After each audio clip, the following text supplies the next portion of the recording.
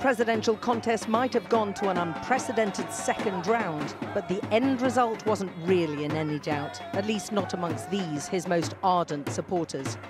It was very good. We are so happy because we are waiting his win and he win. We are so happy. Why are you so happy? Because our economy was good. In last 2 years, it was not good. But we know that. We trust him. He's going to do his best. Those celebrating here included many women and religious conservatives, a section of the electorate he's deliberately appealed to, in contrast to his more secular-leaning rival. And as Erdogan begins his third decade in power, he called it a new era for Turkey.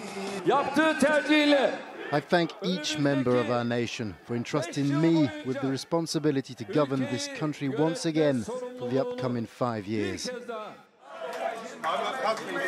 And with that, the closest challenge so far to his rule ended. It had been headed by Kemal Kilicdaroglu, who clearly felt the votes had been manipulated against him and the millions who wanted change. This was the most unjust election campaign ever, the opposition leader said, as he conceded he'd lost. This situation we have continued to battle against. And I would like to thank the leaders of all the parties that have supported us and the voters who have supported us. Erdogan's triumph has confounded his critics, coming despite a spiralling economy and the lira hitting a record low against the dollar just days ago. And most voters we spoke to worried about the rampant inflation. Peaches and nectarines were 15, 18 lira last year. They're now 45, 50. Last year, kiwis were 15. Now they're 50. Bananas are 52. These are the prices. They just keep on going up. If I'm honest, she says, we can't make ends meet. I can't make a living anymore.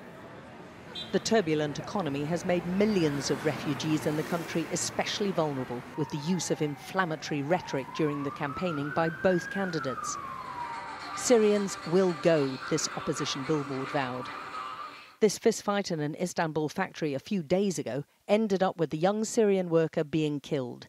His family believe it was because he was Syrian, and with the newly re-elected president also promising to return Syrians across the border, they're all fearful now. I could have died in Syria or had to fight.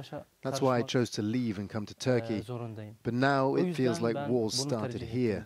And wars are not only fought with guns, sometimes it's done with words. Erdogan headed into this election on the back of an earthquake disaster exacerbated by the slow official response and amid corruption accusations. The economic figures have worsened, if anything, since.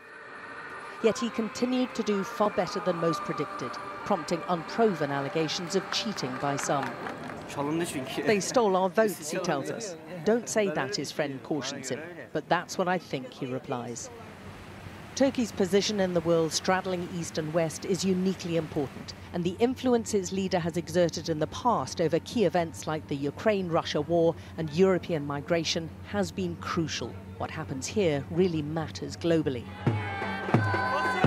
But as his loyalists celebrated, those who yearned for change were noting that the odds were stacked against any Erdogan rival after 2 decades of consolidating his position and ensuring a mostly compliant state-controlled media. These people are delirious with delight, but Erdogan's time in office so far has been marked notably by his crackdown on dissent, his jailing of opposition politicians and journalists, and there will be many who fear that this extension of his power is likely to lead to more authoritarian rule. But right now, the focus for his loyalists is very much on celebrating his historic electoral success, with an enormous victory party gathering in Ankara, where their leader travelled to thank the huge crowds gathered in his honour. Few are going to be emboldened to take on the new leader right now.